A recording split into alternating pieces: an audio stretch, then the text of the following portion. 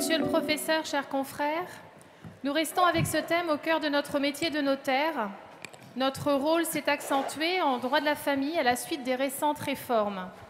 Il convient d'intégrer dans notre pratique tous les pouvoirs et outils dont nous disposons pour mener à leur terme, dans les meilleurs délais, les opérations liquidatives qui nous sont confiées par nos clients. Monsieur le professeur, vous avez une grande habitude de cette enceinte, cet amphithéâtre est le vôtre, et vos étudiants du jour sont impatients de vous écouter. Merci. Enfin, je me sens un petit peu comme le corbeau sur son arbre perché. Après tous ces éloges, merci beaucoup. C'est un plaisir en tous les cas de vous retrouver. Nous allons vous entretenir de la Plus fort, ça commence. Nous allons vous entretenir de la liquidation et du partage des nouvelles missions du notaire. En la matière est censée vous être très familière. C'est une matière bien connue qui est au cœur de l'activité notariale. Mais en vérité, cette activité a été bouleversée par des réformes qui sont devenues continuelles, des réformes qui sont incessantes, que l'on en juge. Loi du 23 juin 2006, réformatrice du partage. Loi du 5 mars 2007, réformatrice de la protection des majeurs, tutelle, curatelle. Ordonnance du 15 octobre 2015, habilitation familiale, liaison entre le divorce contentieux et le partage. Loi du 23 mars 2019, la plus proche de nous, réformatrice du changement de régime matrimonial, des divorces contentieux et d'autres lois encore. Par exemple, une loi de 2011 sur le notaire et le PACS, une loi de 2016, bien connue, je vous appelle la citer devant vous, la loi du 16 novembre qui a réformé le divorce par consentement mutuel pour reléguer le notaire dans des tâches dont on verra qu'elles sont moins ingrates qu'il n'y paraît. En tous les cas, toutes ces réformes entraînent des complications dans votre activité quotidienne et ces complications me semblent être de deux ordres. Les premières tiennent au bouleversement des fonctions notariales. Le notaire n'est plus simplement officier public chargé d'instrumenter, il est devenu, via la déjudiciarisation, un auxiliaire supplétif du juge, un substitut dans les fonctions juridictionnelles gracieuses. Et les actes qui sont soumis au contrôle du notaire posent tous aujourd'hui une question unique. Quelle est concrètement la mission, le rôle assigné au notaire dans ces nouvelles attributions? Complication ensuite par la multiplication des instruments de pacification, de règlement conventionnel des difficultés qui sont offerts aux notaires. Ces instruments sont divers, sont nombreux, parfois mal maîtrisés, faute d'expérience, le temps doit faire son œuvre, mais parfois aussi, inversement, on y reviendra, c'est le cas du partage transactionnel, parce que le notaire y attache une importance, y assigne des effets que les actes ne peuvent porter. Alors c'est tout cela dont nous voudrions vous entretenir cet après-midi, et nous allons commencer avec Maître David Foiry par les réformes récentes et leur impact sur la pratique notariale, le rôle central assigné aux notaires. Merci, monsieur le professeur. Bonjour à tous. Mon intervention se déroulera sur deux thèmes principaux. Le premier concerne le règlement amiable des indivisions et le second abordera les nouveautés concernant les personnes protégées depuis la réforme du 23 mars 2019. Le règlement des indivisions, tout d'abord. Vous connaissez tous le régime de l'indivision. Et malheureusement, vous avez tous eu connaissance d'une indivision compliquée. Le module qui nous occupe ici a pour objectif de vous rappeler quelques outils au service du notaire et des indivisaires pour réussir à sortir d'une indivision de manière amiable. Après avoir évoqué le cas particulier du mandataire successoral, il sera question des mécanismes propres à l'indivision et au partage amiable. Commençons par le mandataire successoral. La loi du 23 juin 2006 codifie cette ancienne pratique. Il s'agit, pour un héritier, un créancier ou toute autre personne intéressée, dans une situation de blocage, l'inertie, la carence, la mésentente, l'opposition d'intérêt ou encore une situation successorale complexe, de demander au juge du tribunal judiciaire, je vous rappelle que depuis le 1er janvier 2020, le TGI n'existe plus, il s'agit des tribunaux judiciaires, en la forme des référés, par voie d'assignation, de désigner toute personne qualifiée en qualité de mandataire successoral, à l'effet d'administrer provisoirement la succession. Quels sont ses pouvoirs? Si aucun héritier n'a accepté la succession, il ne pourra accomplir que les actes de conservation. Si par contre un ou plusieurs héritiers a accepté la succession, il va pouvoir accomplir l'ensemble des actes d'administration. Mais ce qui nous intéresse le plus, c'est ce que prévoit l'article 814 alinéa 2 du Code civil, qui prévoit qu'à tout moment, le juge peut autoriser le mandataire successoral à réaliser un acte de disposition nécessaire à la bonne administration de la succession. Par exemple, il peut autoriser à signer la vente d'un bien indivis. Dans ce cas, le mandataire successoral n'a pas besoin de recueillir l'accord des successibles. Il agit seul dans la limite des pouvoirs fixés par le juge. Et pendant la durée du mandat, les héritiers sont privés du pouvoir d'administrer eux-mêmes la succession. Ainsi, dans un acte de vente, le mandataire intervient seul au nom de l'hérédité, sans avoir besoin d'identifier l'ensemble des héritiers qu'on peut ne pas connaître encore. Donc c'est un premier outil utile pour faire avancer certains dossiers de succession complexes. Venons-en maintenant aux outils propres à l'indivision et au partage amiable. Sortir d'une indivision à l'amiable, ce n'est pas aussi simple que prévoit l'article 815 du Code civil. La pratique est bien plus complexe et souvent nous restons bloqués sur cette idée que sortir d'une indivision nécessite l'unanimité. Eh bien, ce n'est pas toujours vrai. Parfois, les indivisaires peuvent agir sans obtenir l'unanimité pour gérer certains actes de l'indivision. Mais ils peuvent également recourir au juge pour demander des autorisations judiciaires afin d'éviter l'unanimité. Nous devons connaître ces mécanismes et informer nos indivisaires lorsque la situation devient compliquée. La gestion par les indivisaires. Il s'agit de la règle de la majorité des 2/3, prévue par l'article 815.3 du Code civil. 4 situations sont concernées.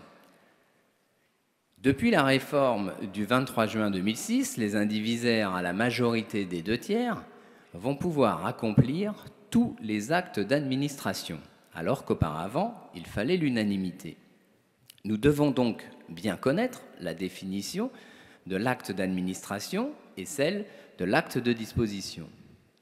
Le critère retenu par les juges, c'est celui du caractère normal ou anormal de l'acte accompli.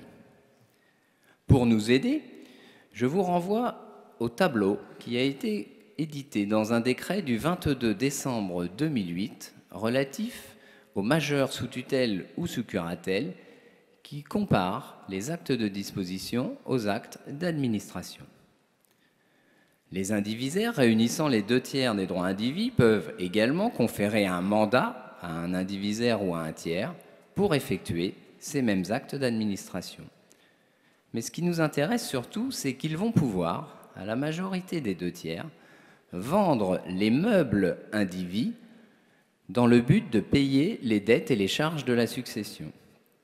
C'est en considération de ce but de payer les charges de la succession que cet acte de vente de biens meubles est considéré comme un acte d'administration.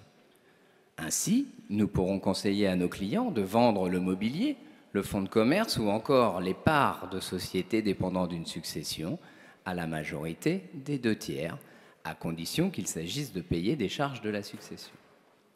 Ils peuvent enfin conclure ou renouveler des baux autres que les baux à usage agricole ou les baux commerciaux.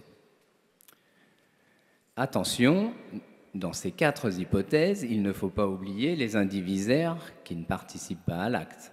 Nous devons conseiller à nos clients d'informer les indivisaires non concernés, sinon l'acte ne leur sera pas opposable. Aucun formalisme imposé, mais il faudra être prudent, recommander au moins la lettre recommandée, voire l'exploit d'huissier. Excepté ces 4 hypothèses, l'exploitation des biens immobiliers requiert l'unanimité. sauf autorisation du juge. Pour fluidifier la gestion de l'indivision, le juge dispose de pouvoirs pour permettre d'éviter l'unanimité. La première, en présence d'un indivisaire hors d'état de manifester sa volonté, il est incapable ou il est absent, le juge peut autoriser un autre indivisaire à passer seul un acte. C'est une sorte d'habilitation familiale que l'on rencontre de plus en plus concernant les personnes vulnérables. Il existe une deuxième autorisation possible, celle de l'article 815-5 du Code civil, qui nous indique que lorsque le refus d'un indivisaire met en péril l'intérêt commun, le juge peut autoriser les autres indivisaires à passer seuls un acte, y compris un acte de vente. Toutefois, en pratique, cette notion de péril de l'intérêt commun est appréciée très strictement par les juges du fond. Il nous sera plus facile de conseiller à nos clients de mettre en place la procédure prévue par l'article 815-5-1 du Code civil, qui prévoit que les indivisaires à la majorité des 2/3 peuvent provoquer la vente d'un bien indivis. La procédure est la suivante. Ces indivisaires titulaires d'au moins les 2/3 des droits indivis expriment devant un notaire leur intention de vendre. Le notaire dresse un acte contenant cette requête et dans le délai d'1 mois qui suit, il doit le faire signifier aux autres indivisaires. N'oublions pas de réaliser cette signification par acte d'huissier, puisque l'acte ne serait pas opposable aux autres indivisaires. Si l'indivisaire ainsi signifié s'oppose à la vente ou ne réagit pas dans le délai de 3 mois, eh bien le notaire dresse un procès-verbal de difficulté. Avec ce procès-verbal de difficulté, les demandeurs vont saisir le tribunal judiciaire pour demander la vente du bien indivis. Cette vente aura lieu aux enchères, à la barre du tribunal ou dans l'étude du notaire. Mais si les indivisaires préfèrent réaliser une vente amiable, il faudra leur conseiller cette fois-ci d'agir sur le fondement de l'article 815-6 du Code civil. Ce texte prévoit que le président du tribunal judiciaire, saisi en référé, peut autoriser un indivisaire à réaliser les mesures urgentes que requiert l'intérêt commun. Ainsi, le texte prévoit dans son alinéa 2 qu'un héritier indivisaire peut être autorisé par le juge à débloquer des comptes bancaires pour faire face aux besoins urgents d'une succession. Et cette autorisation n'emporte pas pour lui la prise de qualité d'héritier. Pensons donc à recourir à cette autorisation pour débloquer certaines situations financières parfois complexes. Mais ce texte permet également la vente d'un bien immobilier. La Cour de cassation l'a admis en nous indiquant qu'il entrait dans les pouvoirs du président du tribunal, saisi sur le fondement de 815-6, d'autoriser un indivisaire à conclure seul un acte de vente, pourvu qu'une telle mesure soit justifiée par l'urgence et l'intérêt commun. Dès lors qu'un acte de vente d'un bien indivis peut se justifier par cette urgence et l'intérêt commun, les juges vont pouvoir l'autoriser. À ce sujet, il faut noter que les juges du fond ont une interprétation souple de la notion d'urgence et d'intérêt commun. Ainsi, plusieurs décisions des juges du fond ont autorisé la vente amiable d'un bien indivis sur ce fondement lorsqu'il y avait simplement la perte d'une chance. C'est la Cour d'appel d'Angers qui, dans un arrêt du 7 septembre 2015, a admis, dans un divorce dans lequel 2 époux s'opposaient à la vente d'un bien vétuste et non entretenu, eh bien, la Cour d'appel a autorisé l'un des époux à vendre seul le bien, estimant que le refus risquait d'aggraver la situation. C'est donc cet article qu'il faut conseiller à nos clients pour leur permettre de réaliser une vente amiable. Mais être autorisé à vendre le bien, ce n'est pas pouvoir répartir le prix. Pour cela, il faut parfois passer par un acte de partage. Et que faire si, lors du partage, il y a toujours un blocage? Eh bien, l'article 837 du Code civil prévoit qu'en cas de défaillance d'un indivisaire aux opérations de partage, les autres copartageants peuvent le mettre en demeure par acte d'huissier de se faire représenter au partage. Le défaillant a alors 3 mois pour constituer mandataire. Et s'il ne le fait pas, le copartageant diligent doit saisir le juge pour que ce dernier désigne toute personne qualifiée en qualité de mandataire, lequel mandataire devra obtenir l'autorisation du juge pour signer l'acte de partage.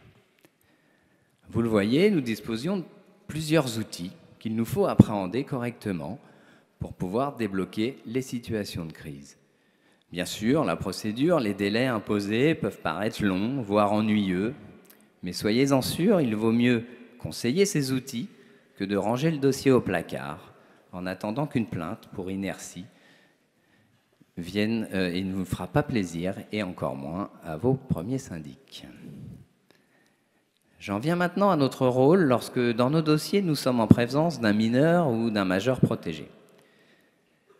Depuis la réforme du 23 mars 2019 et son décret très récent du 17 décembre 2019, le contrôle du juge dans la gestion de certains actes est allégé en matière d'option successorale et en matière de partage. Les points qui nous intéressent s'appliqueront au 1er septembre 2020.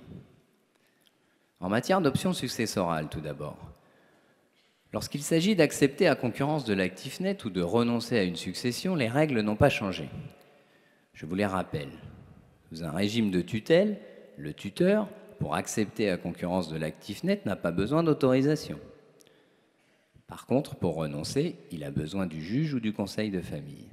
Sous curatelle, l'héritier peut accepter seul à concurrence de l'actif net, mais il devra avoir l'assistance de son curateur pour renoncer. Et le mineur, sous l'administration légale, eh bien, les parents peuvent accepter à concurrence de l'actif net sans recours au juge. Mais pour renoncer, ils ont besoin du juge. C'est au sujet de l'acceptation pure et simple que les choses ont changé avec la réforme de 2019. Sous tutelle, le représentant peut accepter purement et simplement la succession sans autorisation du juge si l'actif dépasse manifestement le passif, et ceci justifié par l'établissement d'une attestation délivrée par le notaire en charge du règlement de la succession. Ainsi, le nouveau dispositif confie au notaire un nouveau rôle de conseil et surtout une nouvelle responsabilité. Soyons toutefois vigilants lors de la rédaction de cette attestation de succession bénéficiaire, car notre responsabilité saura être engagée en cas de difficulté ultérieure. Il est à noter qu'en cas de refus de rédiger cette attestation, le recours à l'autorisation du juge est toujours possible. Pour le mineur sous l'administration légale, les règles anciennes perdurent. Pour accepter purement et simplement une succession, l'administrateur légal devra obtenir l'autorisation du juge. On peut signaler ici qu'un mineur sous tutelle n'a pas les mêmes prérogatives, enfin le représentant d'un mineur sous tutelle n'a pas les mêmes prérogatives que sous administration légale. Sous un régime de curatelle, la modification impacte forcément ce régime, puisque l'article 467 exige l'assistance du curateur dans toutes les situations où, sous un régime de tutelle, l'héritier aurait besoin d'une autorisation, le représentant aurait besoin d'une autorisation. Dès lors que le tuteur peut accepter purement et simplement une succession, eh bien le curateur, la personne protégée va pouvoir accepter seule une succession à condition que le notaire rédige l'attestation de succession bénéficiaire. En matière de partage maintenant, la réforme de 2019 facilite les formalités également. Sous tutelle, auparavant, il fallait une autorisation du juge pour que le tuteur participe aux opérations de partage. Ça n'est plus le cas, sauf en cas de conflit d'intérêts entre la personne protégée et le tuteur. Toutefois, l'approbation de l'état liquidatif par le juge sera toujours nécessaire. Pour le mineur, la déjudiciarisation du partage amiable est totale, mais ceci depuis l'ordonnance de 2015. En effet, il est admis aujourd'hui que, sauf conflit d'intérêts, le recours au juge n'est plus nécessaire pour un partage amiable. Plus besoin d'autorisation ou même d'homologation. Sous curatelle, l'héritier sous régime de curatelle va pouvoir participer seul aux opérations de partage. Toutefois, l'approbation de l'état liquidatif sera soumise à son curateur. Nous constatons que cette loi du 23 mars 2019 continue la déjudiciarisation de nos procédures souhaitées par le législateur depuis plusieurs années. Elle se rencontre également en matière de changement de régime matrimonial ou de divorce, comme va nous l'expliquer le professeur Brenner, à qui je recède la parole. Merci de votre attention.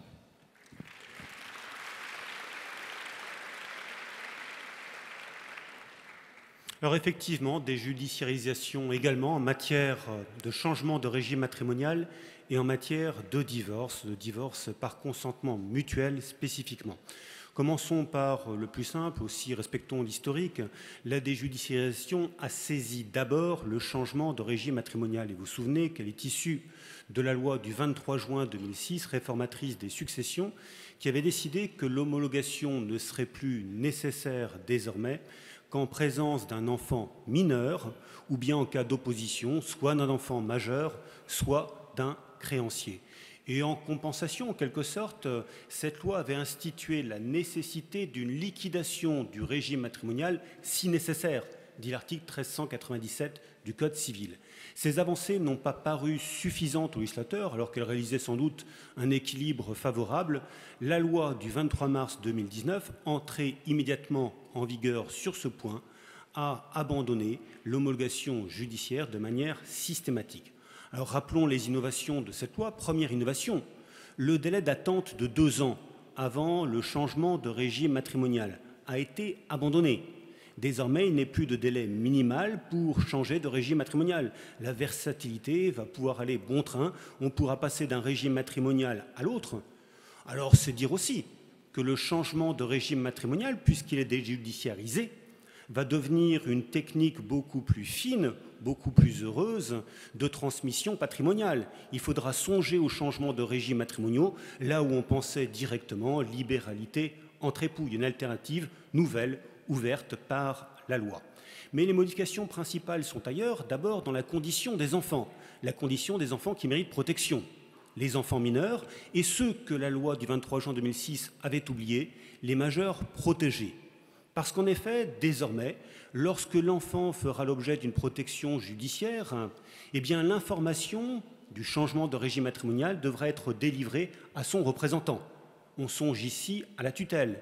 Mais si on regarde de près les textes, on s'aperçoit que la condition des majeurs simplement assistés, non représentés, sous curatelle, n'a pas été envisagée par la loi. C'est dire qu'il faut considérer que l'information doit être donnée directement à l'enfant majeur, quitte à la doubler d'une information à l'assistant, au curateur. Mais les difficultés majeures ne sont pas là encore, elles concernent essentiellement la condition de l'enfant mineur. Pas de difficulté si l'enfant mineur est sous tutelle. L'information du changement de régime matrimonial sera donnée à son tuteur afin que celui-ci puisse s'y opposer. Mais quid si l'enfant, comme il est normal, est sous administration légale? Là, on est en présence d'un conflit d'intérêts. Les parents qui veulent changer de régime matrimonial sont aussi les représentants de l'enfant. Et par conséquent, on a eu l'idée de confier au notaire, et c'est là la mission nouvelle du notaire, une fonction d'alerte des services judiciaires. Il doit informer le juge des tutelles conformément à l'article 387.3 du Code civil lorsqu'il lui semble, lorsqu'il lui paraît que les intérêts patrimoniaux du mineur sont gravement, substantiellement atteints par le projet de changement de régime matrimonial. Et plusieurs observations s'imposent pour bien comprendre l'ampleur de ce renouvellement des fonctions notariales en la matière. D'abord, le texte parle de pouvoir. Mais en vérité, il ne s'agit pas d'une faculté pour le juge. Si le juge a la conviction que le changement de régime matrimonial porte atteinte substantielle, grave, aux intérêts patrimoniaux de l'enfant, il doit saisir le juge des tutelles afin que celui-ci autorise le changement de régime matrimonial. C'est bel et bien une obligation, c'est la rançon de la substitution du notaire au juge dans son œuvre de vérification du changement de régime matrimonial. Et vous remarquerez que les intérêts qui doivent être appréciés, ce sont les intérêts propres de l'enfant, non plus simplement l'intérêt de la famille. Autrement dit, il faudra se demander concrètement si ces droits, réserves héréditaires risquent d'être emportés ou atteints par le changement de régime matrimonial. Deuxième observation, cette vérification de la conformité du changement à l'intérêt de l'enfant devrait être circonstanciée. Ce sera du cas par cas. Un même changement de régime matrimonial devra alerter ou non le notaire, suivant la finalité que les époux y attachent. Songeons par exemple au passage à une communauté universelle. Eh bien, la communauté universelle peut avoir pour objet d'améliorer, de surprotéger le conjoint survivant au détriment des enfants. Dans cette hypothèse, il peut arriver que le notaire soit devant la nécessité de saisir le juge des tutelles. Mais la communauté universelle peut aussi avoir pour vertu de rebrasser les cartes, de permettre aux deux époux de faire une disposition en faveur de l'enfant, une donation-partage conjonctive de biens communs. Dans ce cas-là, il est bien évident que le changement de régime matrimonial tourne à l'intérêt de l'enfant. Troisième observation, la condition première du changement de régime matrimonial, la conformité de celui-ci à l'intérêt de la famille n'a pas disparu pour autant. Et ce n'est pas parce que derrière lui, le notaire n'a pas un juge qui va vérifier son appréciation qu'il peut se désintéresser de l'examen de cette conformité. Tout au contraire, sa responsabilité sera désormais en première ligne puisqu'il sera seul juge de cette conformité. Et que l'on ne dise pas que ça excède les fonctions du notaire, cet examen de légalité n'a rien d'une fonction proprement juridictionnelle. C'était une fonction juridictionnelle adventice, c'est un contrôle de légalité qu'il appartient au notaire d'exercer parce qu'il est officier public et ministériel. Voilà pour le changement de régime matrimonial. Le divorce par consentement mutuel maintenant. Alors je ne reviendrai pas sur la transaction peu glorieuse qui a été faite entre les fonctions notariales et les fonctions d'avocat dans cette espèce de divorce bricolé. Je remarque simplement que les fonctions liquidatives assignées au notaire sont plus complexes qu'il y paraît. Alors bien sûr, il faut commencer par distinguer deux hypothèses. Première hypothèse, le patrimoine des époux ne comporte pas d'immeubles. Dans ce cas-là, eh bien, il appartient aux avocats de liquider le régime matrimonial. Le notaire peut le faire, mais les avocats peuvent décider, bien sûr, de se saisir de la liquidation.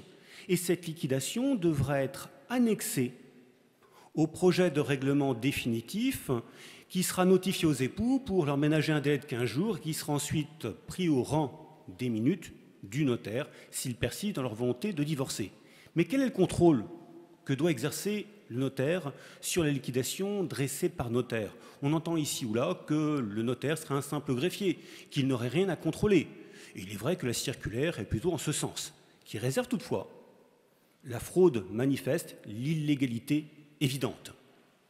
En vérité, ici comme ailleurs, le notaire est officier public. Il doit vérifier la légalité des actes qu'il reçoit, y compris les actes sous seing privé au rang de ces minutes. Si, dans les faits, un notaire avait connaissance de l'existence dans le patrimoine des époux d'un immeuble que les époux auraient vendu, pratique, on le sait, extrêmement fréquente sous l'ancien divorce par consentement mutuel, doit-il fermer les yeux? Certainement pas. En vérité, cette pratique, qui était très discutable, vous le savez, mais qui peut-être pouvait trouver une justification dans l'actuel article 265.2 du Code civil. La possibilité, vous savez, pour les époux en instant de divorce, de passer des conventions pour le règlement des conséquences de celui-ci. Eh bien, ce texte, en vérité, n'est pas propre au divorce contentieux. Il est régi par les dispositions générales concernant le divorce. Et par conséquent, il peut fort bien trouver à s'appliquer dans le divorce par consentement mutuel, à condition que ce divorce soit judiciarisé parce que la condition d'application de ce texte, c'est l'existence d'une instance.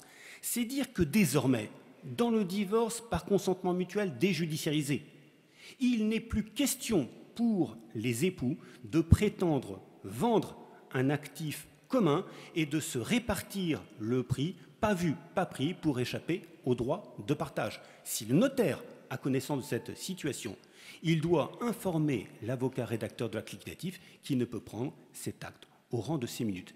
Et s'il est de bon conseil, il pourrait suggérer en amont à son aimable confrère, eh bien qu'il est une autre pratique qu'il faut privilégier aujourd'hui. C'est que la loi dans le divorce par consentement mutuel impose non pas un partage, comme on le dit trop souvent, mais une simple liquidation.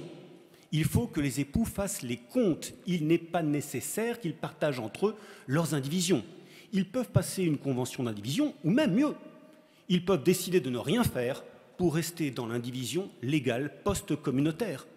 Et une fois le divorce intervenu, ils peuvent parfaitement décider de partager le prix une fois la vente intervenue, verbalement, sans acte et donc sans droit de partage. Il ne faut plus anticiper la vente s'il y a lieu. Si l'on veut échapper au droit de partage, il faut la retarder en vérité, avec la réserve, bien sûr, de l'abus de droit.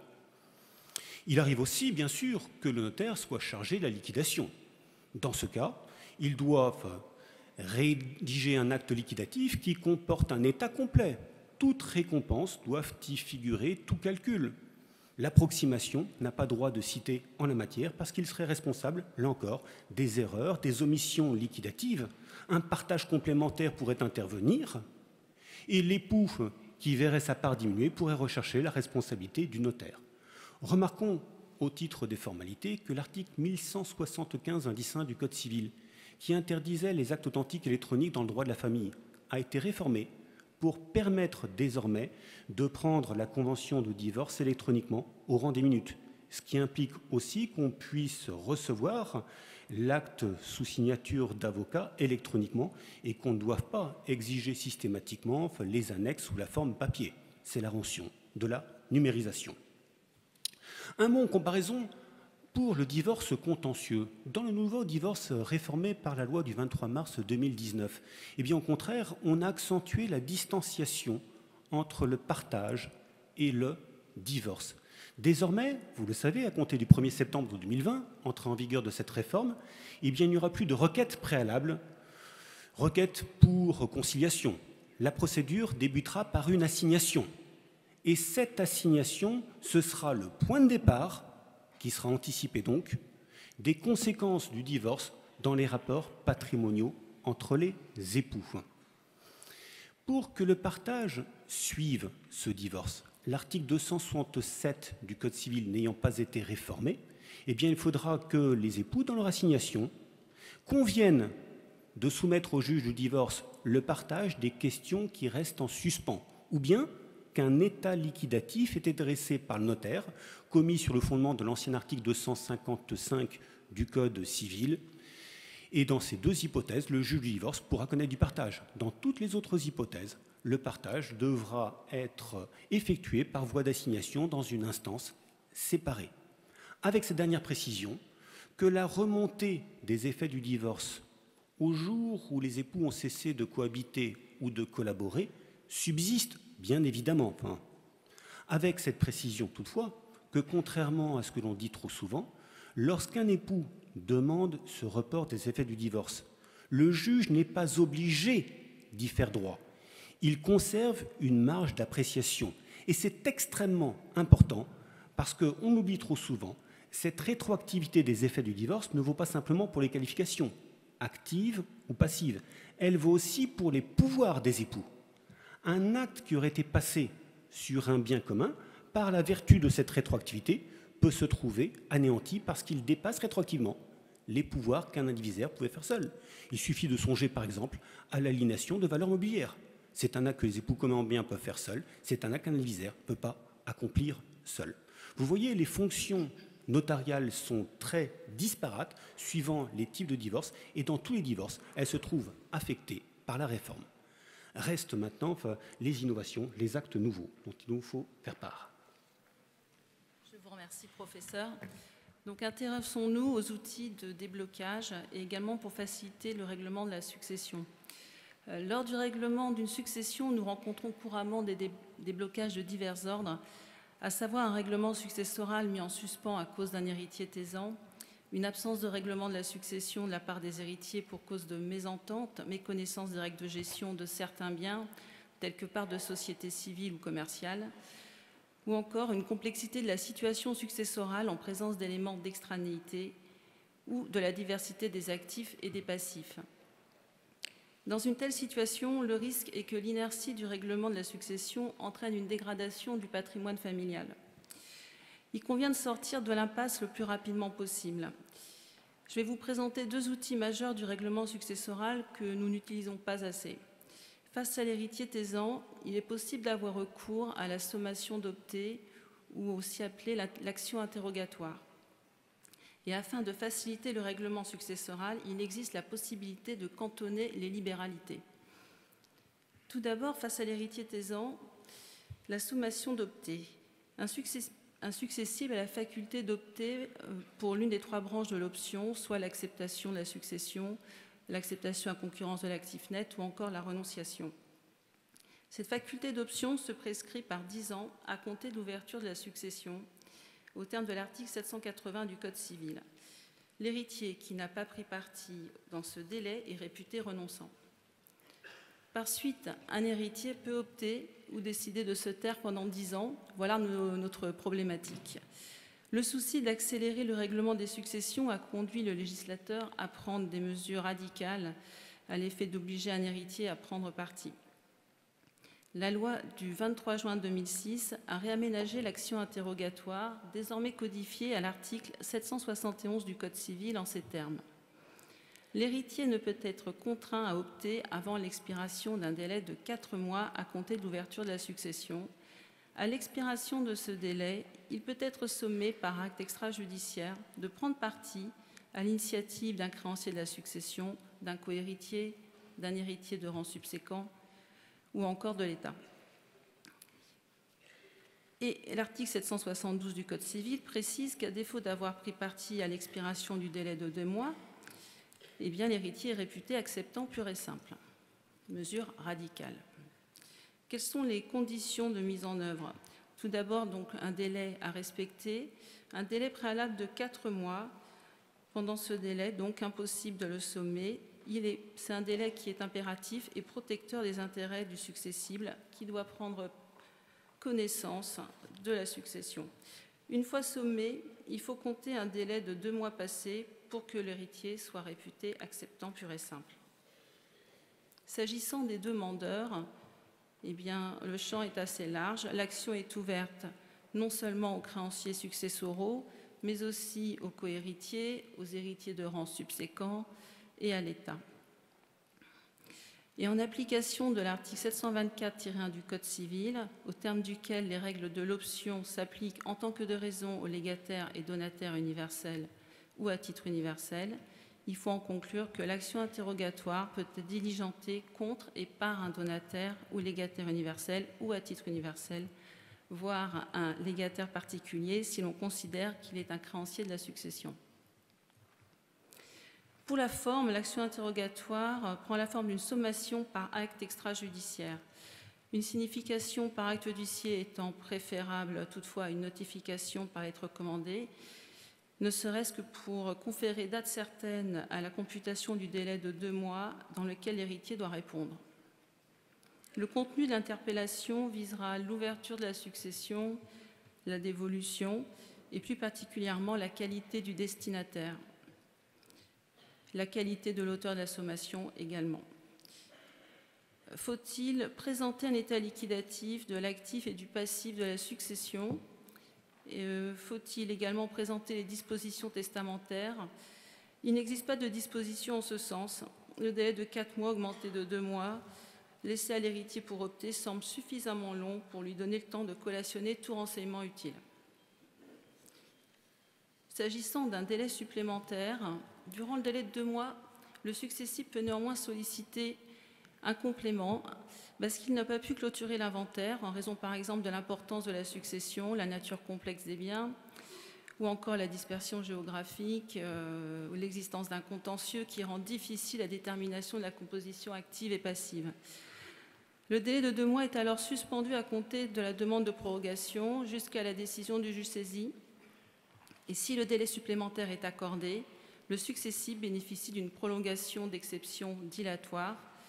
Pendant ce délai, aucune condamnation ne peut être obtenue à son encontre. Il doit alors prendre partie à l'expiration de ce délai prolongé. À défaut, il sera réputé acceptant pur et simple. S'agissant des effets, donc vous l'avez compris, pour l'héritier taisant, à défaut d'avoir pris parti, il sera réputé acceptant pur et simple à l'égard de tous et pas seulement du poursuivant. Cette acceptation forcée engendre une obligation indéfinie aux dettes pour l'héritier et une responsabilité à l'égard des tiers à qui la dégradation des biens successoraux porte préjudice. En présence d'un héritier, personne protégée placée sous un régime de représentation, mineur ou majeur sous tutelle, la signification est faite à son représentant et celui-ci, à défaut d'option dans le délai de 2 mois, est réputé avoir opté à concurrence de l'actif net. Voilà, ceci de manière à ce que la protection que la loi a voulu lui assurer ne soit pas mise à néant. Pour l'héritier demandeur, l'action interrogatoire est ouverte à l'héritier en tant qu'habile à succéder, mais n'emporte pas pour lui une acceptation tacite de la succession. L'article 782 précise bien que pour faire un acte d'acceptation, il faut prendre la qualité d'héritier acceptant. Par ailleurs, le décret du 22 décembre 2008, pris en application de la loi de 2007 relative à la réforme des majeurs protégés, classe l'action interrogatoire parmi les actes d'administration. Pour conclure, la sommation d'opter peut être utilisée sans modération et rien ne peut l'arrêter. La succession étant acceptée par un héritier au moins, intéressons-nous maintenant à la possibilité de cantonner les libéralités. Je propose de définir le cantonnement par ce qui le caractérise. Une dérogation à l'indivisibilité de l'option. Je m'explique. L'option successorale est en principe indivisible. Un héritier ou légataire ne peut accepter une succession que pour une fraction de ses droits. Il doit appréhender la totalité des biens qui lui est dévolu. La faculté du cantonnement est une dérogation à ce principe permettant aux légataires et aux conjoints survivants gratifiés de cantonner leur émolument à une partie des biens ou de leurs droits, seulement, sauf stipulation contraire du disposant. Le texte précise que le cantonnement ne peut être considéré comme une libéralité faite aux autres successibles. Le cantonnement résulte d'une création de la loi du 23 juin 2006, entrée en vigueur le 1er janvier 2007. Cet outil est relativement original. Il permet une redistribution des biens selon les objectifs poursuivis. Éventuellement, pour éviter une indivision et assurer une harmonie familiale, ou à des fins fiscales pour utiliser des abattements pleins et réaliser une économie fiscale, ou à des fins patrimoniales pour organiser la transmission et la gestion d'un patrimoine parfois complexe, personnel, professionnel. Le cantonnement n'a pas encore été mis à l'épreuve du temps, il offre de larges possibilités et fait l'objet de nombreux développements en doctrine. Faisons un tour d'horizon sur les conditions du cantonnement. Donc, c'est en présence de libéralité à cause de mort que l'on peut cantonner. 2 textes prévoient cette possibilité. Les dispositions entre époux, suivant acte de donation entre époux ou institution contractuelle, visées à l'article 1094-1, alinéa 2 du Code civil. Et pour le cas des legs, tout légataire, lorsqu'un héritier au moins accepte la succession, ce cas est visé à l'article 1002-1 du Code civil. Ainsi, le cantonnement s'applique quelle que soit la date de la libéralité pour toute succession ouverte à compter du 1er janvier 2007, dès lors que cette faculté n'a pas été exclue par une disposition. Et le cantonnement est ouvert, quelle que soit l'étendue de la libéralité, universelle, à titre universel ou à titre particulier. En revanche, le cantonnement n'est pas prévu pour les avantages matrimoniaux, lesquels ne constituent pas en principe des libéralités, même s'ils sont susceptibles d'action en retranchement. Ensuite, autre condition, bien sûr, donc je l'ai déjà cité, c'est l'absence d'interdiction par le défunt. En effet, le disposant peut, par une clause de la libéralité, interdire le cantonnement et rendre ainsi le bénéfice de l'émolument indivisible. Par exemple, le cas de la libéralité qui porte sur des biens qui dans son esprit forment un ensemble de type collection d'objets d'art, ou afin d'éviter que le gratifié ne puisse être l'objet de pression familiale. Autre condition, il est nécessaire qu'il y ait acceptation de la qualité du donataire ou du légataire par le gratifié. Pour pouvoir cantonner, il faut dans un premier lieu avoir accepté sa qualité héréditaire de donataire-légataire. Observation étant faite qu'un acte de cantonnement vaudrait l'acceptation tacite de cette qualité. L'acceptation de la succession par un héritier est également indispensable. La loi subordonne le cantonnement à cette condition afin d'éviter qu'une partie de la succession soit délaissée et voire même placée sous la responsabilité de l'État. La faculté de cantonner a un caractère personnel. Elle est personnelle au gratifié. Il choisit seul. Toutefois, les créanciers pourraient contester ce choix par la voie de l'action polienne. Ensuite, on peut s'interroger sur la transmissibilité ou la transmission de ce droit de cantonner aux ayants droit du gratifié, pour le cas où il n'aurait pas eu le temps de cantonner. C'est admis par différents auteurs. Alors, afin d'éviter tout équivoque, il serait conseillé de stipuler dans les libéralités que cette faculté appartiendra exclusivement au gratifié et s'éteindra à son décès. Ensuite, il est nécessaire que le gratifié ait toute capacité. Le cantonnement est assimilé à un acte de disposition. Pour le délai de l'option, il n'est pas fixé par la loi, mais en pratique, la faculté de cantonnement devrait être exercée en même temps que l'acceptation de la libéralité. Une acceptation tardive remettrait en cause la dévolution des biens et la quote-part recueillie par chacun. Ce délai pourrait être fixé dans l'acte du disposant et l'on pourrait préconiser raisonnablement un délai de 6 mois, compte tenu du délai fiscal d'enregistrement des successions. Pour prévenir le cas d'un gratifié taisant, ça peut aussi arriver, il serait utile de prévoir dans l'acte du disposant des modalités de sommation d'opter, le silence du gratifié passé un certain délai valant renonciation au cantonnement, par exemple. Abordons maintenant les modalités du cantonnement. Il est certain que cantonner, c'est prendre une partie seulement des biens dont on est gratifié. Diverses questions se posent sur le plan pratique. Peut-on étendre la faculté de cantonner à une partie des droits dont il a été disposé, et non seulement à une partie des biens, terme retenu par le Code civil? La doctrine est unanime à l'admettre. Le cantonnement s'étend aux droits transmis par la libéralité. La limite étant de ne pas dénaturer la libéralité consentie, la volonté du disposant devant être respectée. Quelle sera l'assiette du cantonnement? Cette assiette sera à la mesure de la disposition, universelle ou à titre universel. Une disposition universelle peut être cantonnée à un bien individualisé ou à une quotité de cette universalité. En présence d'une disposition à titre universel, il convient de distinguer. Lorsque la libéralité n'a pas fait naître d'indivision, le gratifié dispose de la même liberté de cantonner sur un bien ou sur une quotité de ses biens ou droits. Alors que si la libéralité a fait naître une indivision avant le cantonnement, avec d'autres héritiers ou tiers, eh bien, le cantonnement ne peut s'exercer sur un bien individualisé, cette opération relevant d'un acte de partage. On peut reporter cette analyse sur la donation entre époux et en pratique, on sera attentif à la lecture de la donation entre époux afin d'analyser la portée des clauses de réduction facultatives ou automatiques.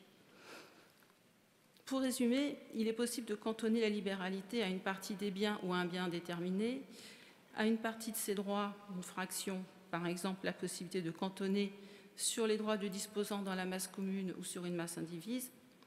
Ensuite, il est discuté de cantonner la libéralité afin de se mettre à l'écart d'un passif ou d'appréhender la masse totale dite des biens de communauté.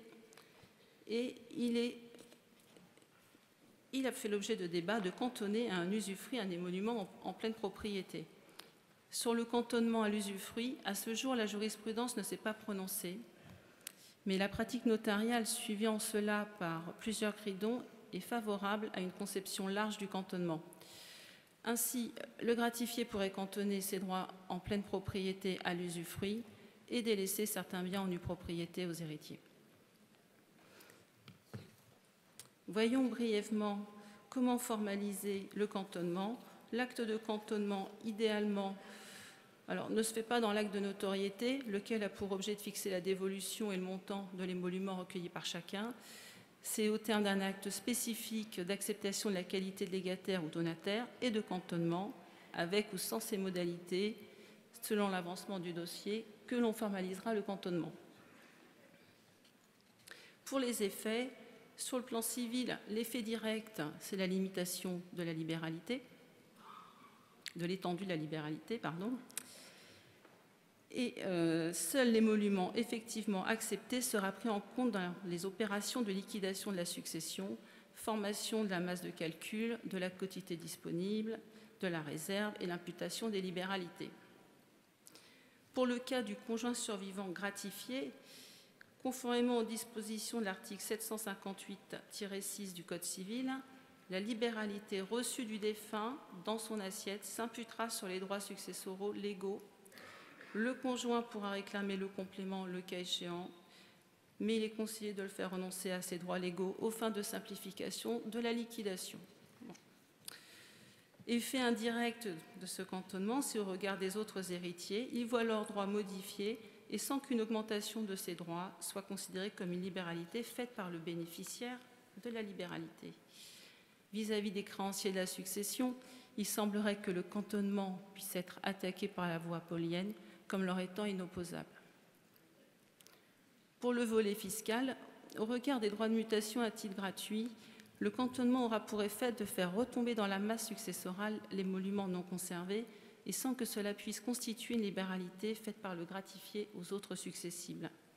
Les héritiers qui recueillent effectivement les actifs délaissés sont assujettis aux droits de succession, aux tarifs dépendant de leur propre lien de parenté avec le disposant, le défunt. Au regard du droit de partage, la très grande majorité de la doctrine considère que le cantonnement ne constitue pas en lui-même une opération de partage et qu'en l'absence de toute situation d'indivision entre le conjoint et les héritiers, le droit de partage n'est pas exigible en cas de cantonnement portant sur un bien individualisé.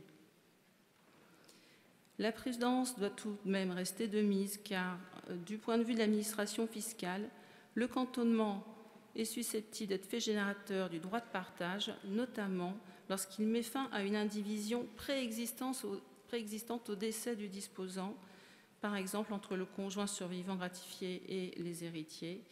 Dans ce dernier cas, il peut être opportun de solliciter un avis préalable de l'administration par voie de rescrit. Bon. Malgré ce dernier inconvénient, le cantonnement demeure un outil efficace de redistribution des biens dont on doit saisir. Juste un exemple de cantonnement pour finir.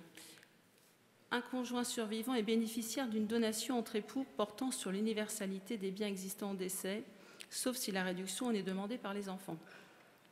Il dépend de la succession des actifs de communauté, résidence principale, résidence secondaire, actifs financiers.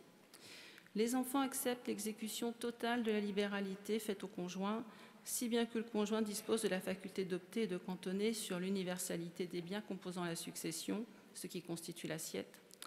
Celui-ci peut donc cantonner son émolument à la résidence principale et aux actifs financiers, à l'effet de délaisser la résidence secondaire qui reviendrait aux enfants. Toutefois, peut-il délaisser sa propre part de communauté sur ce bien immobilier ? Il semblerait que non. Délaisser sa quote-part de communauté sur ce bien constituerait une mutation, le cas échéant imposable comme une libéralité. Autre question, le gratifié pourrait-il délaisser la nue propriété seulement en cantonnant ses droits à l'usufruit ? Oui, selon notre pratique actuelle. Voilà. Toutefois, une partie imminente de la doctrine fait débat sur le sujet. Vous l'avez compris, la question est cantonner sur un droit d'une autre nature que celui contenu dans son émolument est-il possible ? Pour répondre à cette question, je repasse la parole au professeur Brenner et vous remercie.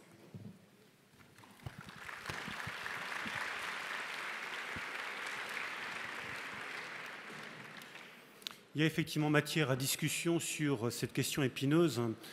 Des possibilités du cantonnement. Enfin, pour ma part, avec beaucoup d'autres auteurs, je considère qu'il n'est pas possible de cantonner en démembrement de la propriété une libéralité reçue en pleine propriété. Pour une raison qui est élémentaire, une raison qui est très simple.